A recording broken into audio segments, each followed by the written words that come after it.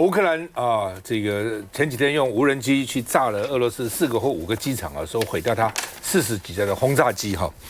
那当时我就想说，普丁都不讲话嘛。当时你有2种可能嘛，一种是的确装傻假装没有；一种是的确伤害不是那么大，我可以修理乌克兰说呢40几架，俄罗斯说3架，其他都可以修。但是如果是以色列的话，一定报复啊！俄罗斯都不报复吗？现在俄罗斯当时跟川普通电话就说。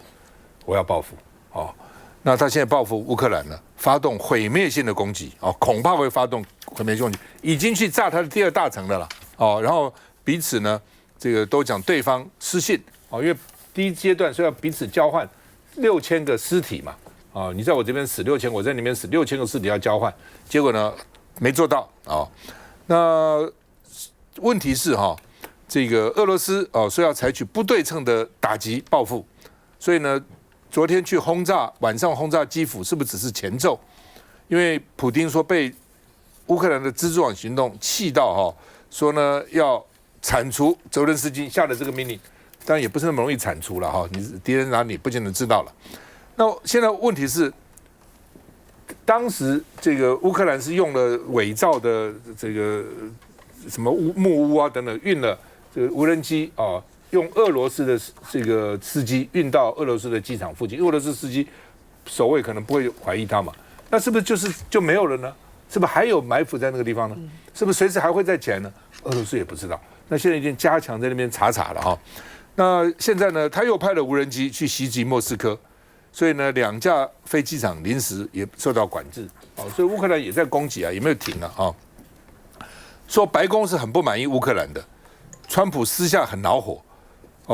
说呢，这个泽伦斯基说他们是用俄罗斯的司机，他也不知道载我们的无人机而且使用的都跟你们盟国无关，不是用你美国的武器，也不是德国武器，是我们自己的武器，所以呢，俄罗斯也不必迁怒不要迁怒这些国家那川普说乌克兰自己给了普丁理由，所以你给他理由，他打你，我本来就是希望你们和本来都讲了结果你现在晚上去炸他，然后他现在要报复你那我怎么办呢？好吧，像小孩子一样，你们自己去打好了。川普看起来是这个态度那另外呢，这个俄罗斯狂轰45枚飞弹，大规模的空袭所以这个川普就提醒过普丁会做出行动，会做出反应所以这是一个我们看一下来。现在换距离首都莫斯科只有100公里的新莫斯科，目击者也是说看到无人机攻击，接着生产肥料树脂的化学工厂就起火燃烧，还疑似外泄气体。Drones are now frequently flying over Moscow, bringing the terror of war home to the Russian people. CNN 整理了开战3年多来乌军无人机跨境打击越来越大胆。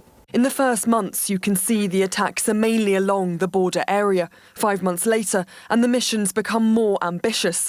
This bold drone attack in May 2023 even damaged the roof of the Kremlin. 当然，最出名的就是日前发动的蛛网行动，偷运无人机深入敌营4300公里，特工全身而退后，再遥控摧毁41架俄军的核武轰炸机。It really shows how vulnerable countries can be if those kinds of drones are smuggled inside of those countries, obviously more than just Russia. 无人机再度打破不对称作战的思维，是所有以小博大的国家的接近目标。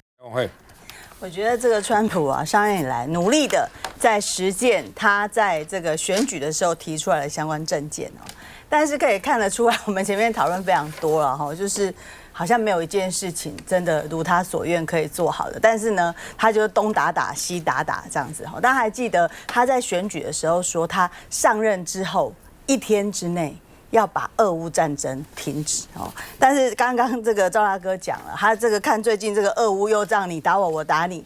所以他就说，那你们自己先打一打所以呢，在这个之前呢，大家都知道，就是说他还是想要扮演，他一上来的时候先解决就是俄乌的问题嘛那个时候就希望出来做仲裁者那因为他的重点是讲他就是在商言商的这种性格，所以在这个乌克兰这边，他就希望从这边可以获得这个稀土嘛所以也跟这个俄罗斯这边呢去做相关的一个谈判。不过看起来啦以我们刚刚这个讨论里面像这个他跟跟这个马斯克之间的这一种你来我往哈。其实我上礼拜就有讲，我觉得这是大吹狗啊，因为马斯克他自己本身也是。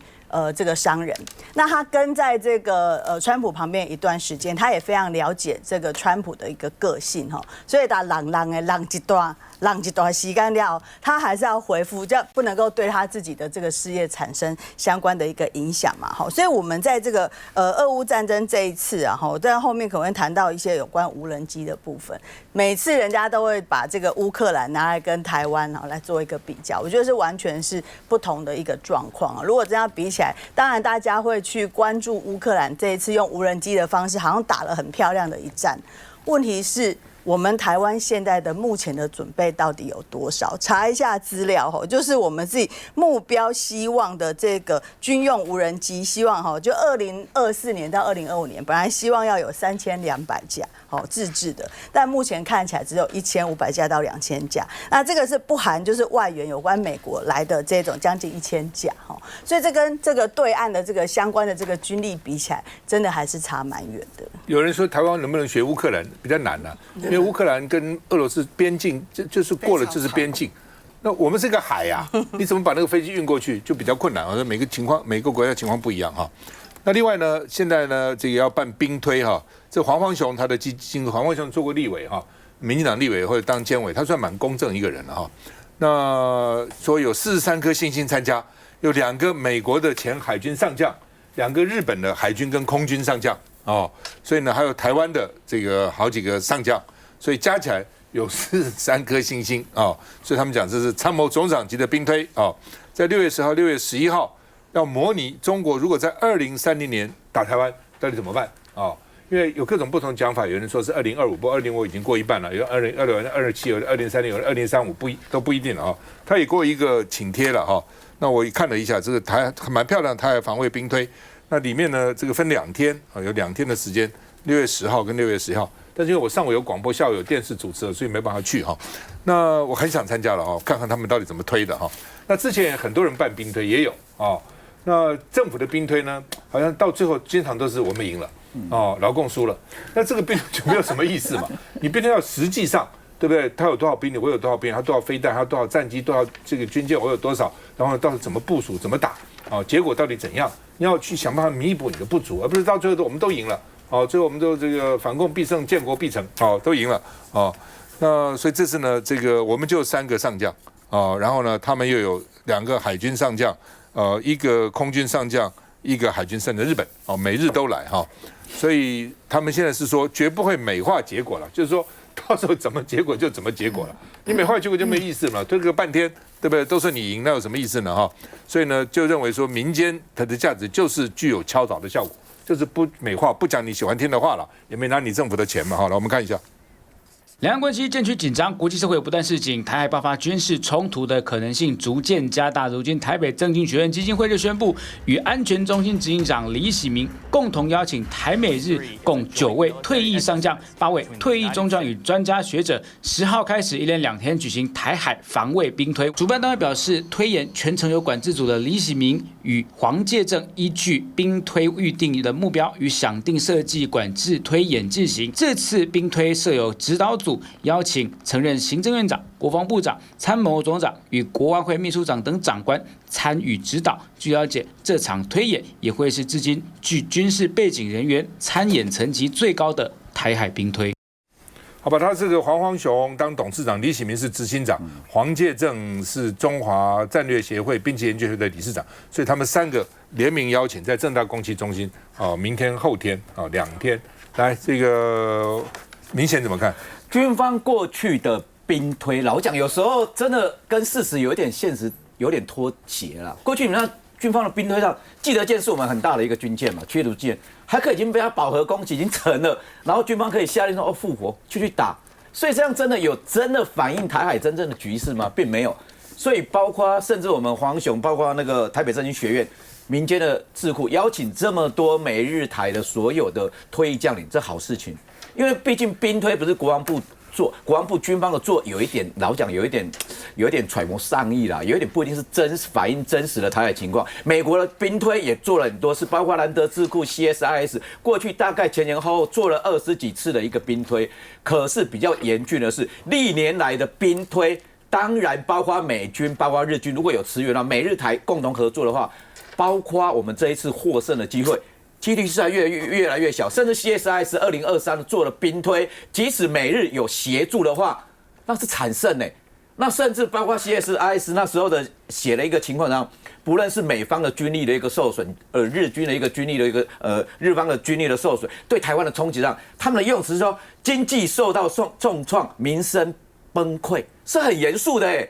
所以刚刚上一趴我们来讨论说俄乌战争好，你包括乌克兰的无人机攻击，即使川普认为说这是小孩子的游戏，可是俄乌战争打了3年多，民生凋敝，所以台海的情况是怎么样？他也真的要走到兵凶战危吗？那如何避战？除了加强我们的国防武器、国防采购之外，我觉得民党也要去思考啊，如何避战的策略。那第二个，还好这次兵推是真的找专家来啊。不是像那一种半吊子，像八炯啊，八炯不是 AKA 国安大师吗？前阵子还讲说啊，在讲说2027台海会发生战争，很像很多绿营的侧翼，包括绿营的争论节目讨论的好像一回事一样。还好这次兵推没有找八炯来，沈伯洋没有参加，如果这样真的闹笑话嘞。所以这是兵推出来真实的情况，给国防部作为一个参考，包括未来汉光兵推、政军兵推，我觉得列为一个到底情况真实的情况是怎么样，也国人一个交代。对了，我觉得他们找退将是对的。其实我很久以前就建议赖清德什么，他们应该找些退将来问问。你找现役将领，他不会跟你讲实话嘛？他讲了，搞不好他就丢官了，他怎么会讲呢？而且他现在现役将领，你这么多国家的薪水，他总不跟你说我们打仗都会打败嘛，哪里会赢哪里会输，你总是要听实话嘛。所以退将基本上他比较没有什么顾虑的，他也没有要干嘛了，所以这个时候比较容易，也不敢讲100%，但是比较容易说实话。休息一下再回来。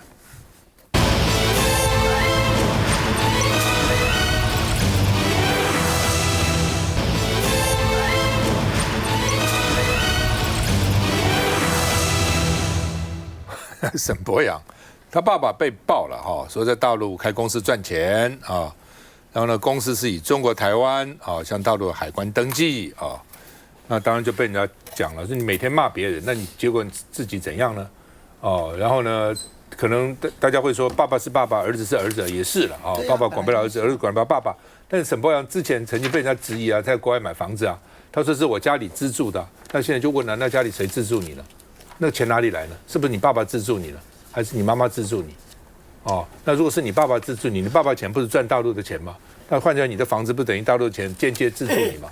就是看从哪个角度看了那另外呢，国民党就讽刺说他原来叫黑熊变中国熊，黑熊变成猫熊了好，那么当然也不要这个侮辱猫熊那另外呢，沈伯洋说。这是在地协力者，赶快要跟他硬核，就讲台湾很多去骂他的，就是在地协力者要去跟这个大陆硬核了那另外呢，民进党团就认为说沈伯洋呢是认知作战的目标所以下一阶段可能台商支持罢免的这些台商呢，会变成下一波报复的对象。那罗志祥讲的就是说讲这些都没有用了，就是你到底有没有赚红钱嘛？只是关键在这里嘛。你不管怎样，你有没有赚本来赚红钱不稀奇我就觉得台商赚大陆钱不是应该的吗？有什么不对呢？大陆外销美国一年赚3-4千亿美金，前10大里面7个都是台商，那又怎样？对不对？那赚钱就赚钱嘛，为什么有钱不赚呢？问题是你有没有一面赚红钱，一面又骂红钱呢？我这才是关键你去骂人家赚红钱，把人家讲的这个不堪然后呢，你自己搞了半天是这样子。那就像什么又要当婊子又要拿贞洁牌坊，不是一样吗？婊子也没什么可耻对不对？他也是靠自己的身体赚钱。但是呢，你当婊子就当婊子，你要说我很贞洁，我从来都没有这个怎样，要拿贞洁牌坊，这2个就有冲突了嘛。所以你有没有一面赚红钱，一面去骂红钱，骂赚红钱的人，那就很奇怪嘛。主要是这个。那吴峥说呢，是中国厂商赚走了沈爸爸的钱神逻辑，就是我觉得什么逻辑啊？我觉得很多事情你就解释说他爸爸做生意，台商很多也赚钱有什么不好呢？赚了钱搞不好会回台湾都可以讲嘛。要说他赚了这个是中国厂商赚他爸爸的钱，就像抓到匪谍后就说是因为这个匪谍都在敌人阵地，所以国民党跟大陆很好，所以不会有匪谍。你这在讲什么？哦，那个逻辑在讲什么？哈，那所以粉专也说，所以是好吧？如果你讲的是真的，中国厂商赚走了沈爸爸钱，那么是沈爸爸帮忙壮大中共了。就你怎么样都有问题嘛。你赚人家钱，然后骂人家赚钱也有问题嘛。哦，然后呢，你又壮大中共，我们看一下。抓到铁证，沈伯洋的父亲以中国籍。中国台湾大赚人民币。国民党开记者会，在指控沈伯洋父亲在大陆经商不是赚美金，是赚红钱。从中国海关总署点进去就查得到，沈伯洋父亲的兆易公司登记在案，还用正名字。父亲不是像沈伯洋口中讲的中南美洲商，而是中国。以中国籍、中国台湾向中国海关登记的中国商人，黑熊学院，黑熊都染红，黑熊学院变成中国熊，变成间谍黑熊。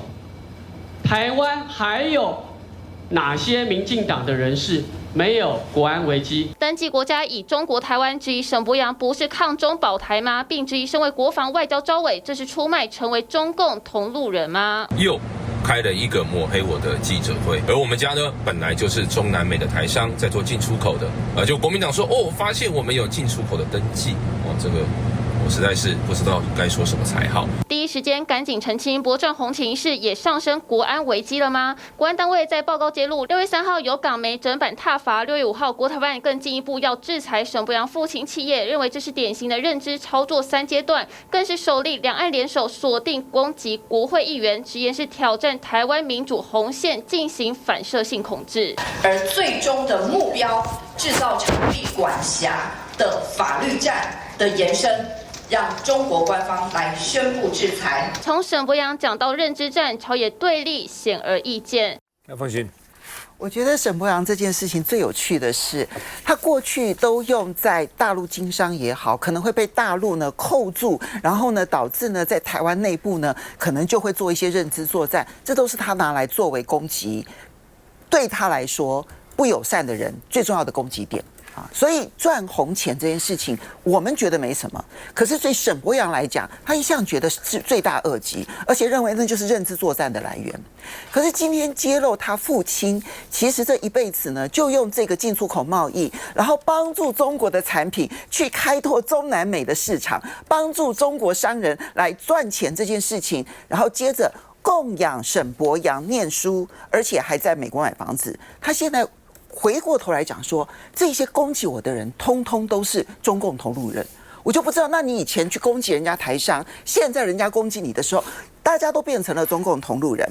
好，我先来说，那么他的问题并不出在说他的父亲到底是在哪里经商，然后有没有帮助中国大陆开拓市场，有没有帮助中国大陆赚钱，这不是重点，重点就是他的双标，而且他之后呢，所有的那个认知形态其实才是可怕的，就是凡逆我者必定都是中共同路人，那我就是清白的，我就是高尚的，我就是神，所以你们不可以来攻击我。而且配合的人呢，包括了自由时报，哇，今天头版头条用一整版，然后呢之后用一整版，然后就说呢这个国安单位的报告，我很想知道这个国安单位报告到底是谁做的。是沈伯洋自己做的吗？国安单位里头已经很快的就察觉到说，哇，原来这一整波攻击沈伯洋，在台湾内部，只要我们批评沈伯洋，我们通通都是中共同路人呢，在地协力者。对，我们突然之间，我们通变成了中共同路人。那他里面要讲的一些呢，主要的这个理由，他没有任何证据，他只有一个理由说，用词很多地方都相同。我其实不客气的说，大陆有很多人抄我的用词啊。那请问一下，他们通通都是陈凤馨同路人吗？是他们抄我的，哪里是我抄他们的？你莫名其妙的这个国安单位，这国安单位到底是真的有这个国安单位，还是这个国安单位里头的共谍？因为我们不知道嘛，因为国安里头现在常有共谍，我们也不知道说到底是不是国安单位里头的共谍所写的报告，还是自由时报自己所写的。我要不客气的说，因为自由时报过去曾经有过案例，他当时去攻击苏起的一篇报道，事后苏起去告了这里面呢主要的这一个被引述的人，就那被引述的人就说他现在已经过世，我就不去引。他就在法庭里头讲说，哎呀，其实不是我自己要说的，是自由时报打电话给我说可不可以用我的名字，我就用我的名字，然后让他们去指控苏起。后来这整件事情啊，其实是在法庭上面，然后才被爆发出来的。我不知道这国安报告哪里来的，但是沈伯洋这件事情只是让大家看清楚了一个小丑嘴脸。那个小丑嘴脸就是什么？两岸之间呢经贸往来这30年以上的时间了。那这么长的时间的一个经贸往来，过去有很多人利用这样子的一个机会壮大了企业，比如说富士康。可是当富士康利用这样子的一个环境壮大了之后，却成为在台湾内部绿营的同路人呢，然后呢去攻击富士康或攻击郭台铭的主要的理由。在这种情况之下，所有去帮沈伯洋说话的人，我觉得真的都要回头再照照镜子，看一看你们过去说过什么话。主要就是双重标准了哈，我也不认为。但如果说觉得说赚红钱是有罪的，那可是所有台商都把它抓起来算了。台湾不要赚啊！一口气我去年是赚少了，赚了这个700多亿啊，我可以不赚美金啊，我可以不赚啊，对不对？你有本事就不赚嘛，哦，所有的直航通通取消嘛，我恢复到以前就好了，都可以啊。那你又不做，然后呢，你现在然后他办什么台商什么联谊会，你他妈还派人去，对不对？然后现在呢又说赚红钱是不对，那你这个逻辑到底是怎样呢？然后就骂别人，骂别人自己还在赚，按照什么样的？他美国那边也赚。也拿了不少美国的补助啊，他爸爸大陆那边钱也赚，你这家这么厉害，左右逢源，不是很好笑吗？这是双重标准，问题就是双重标准。你要解释这个双重标准什么？不是别的，没有人说你赚红钱是错的，我不认为是错的。但是大陆钱为什么不赚呢？但是你不要双重标准嘛，最重要是双重标准嘛。是这个双重标准啊，我就想到2009年那时候马英九刚上台没多久。派了叶金川，等于是我们的卫务部长啊，那时候叫卫生署长了，卫生署长去瑞士啊什么地方的哈，结果旁边一大堆的人来抗议啊，说你这个权力是台北卖国啊，说哇把他批得一塌糊涂啊，我就想到那一幕啊，好了。蔡英文执政之后，2016年第一次，他只有唯一的一次，8年唯一的一次能够去 WHA。就是什么林奏言那时候的卫福部长，好了，他用的名字就前历史台北啊，就前历史台北啊。那为什么叶金川同样都是前历史台北？叶金川那时候被骂的狗血淋头，然后有多少的民进党立委这样批他，说出卖主权，要这是出卖国家。这个来讲的话，这个帽子好大的一顶又一顶。好了，你看到这一次的事件，梁文杰陆委会的副主委说什么？说啊，他爸爸是让中国厂商赚钱啦，等于说功在中国啦哈，讲的话都很好听啦。那这样子的话，那为什么这个黑熊啊，要不断的抹黑这些的台商说哦，那边赚了钱就收到指示，就回来这里也搞颠覆？为什么你那个逻辑用在你爸爸就很神圣，然后用在别的地方的话，哇，就是你变成中共同路人。现在来讲，最可怕，台湾弥漫的一股气氛。我觉得这个气氛已经来了。我最近在选这个反罢免嘛，我就觉得我们的人旁边的那个小老百姓越来越怕了，就觉得这个政府是吧太可怕，随时可以抓人的。一个里长亲自在前几天我们的说明会里面讲，他就是上一次去大陆啊，来了早上7点钟人就进来抓，7点把他问到下午4点5点，然后搞了2年多才什么。签结啊，什么事都没有。可是那个是在2024年的选举之前，马上受影响，所以你就会发现到说，现在这个沈伯洋最恶劣的地方在哪里？他的所谓的他那一套的认知作战，是在不断的撕裂台湾，不断的塑造民进党变成一个独裁者。也就是说，只要你不认同民进党，你就是中共同路人，这个非常可怕啊。我觉得这个氛围已经产生了寒蝉效应，这个蓝白合如果不努力啊，那台湾就真的是只能一言堂了。休息一下再回来。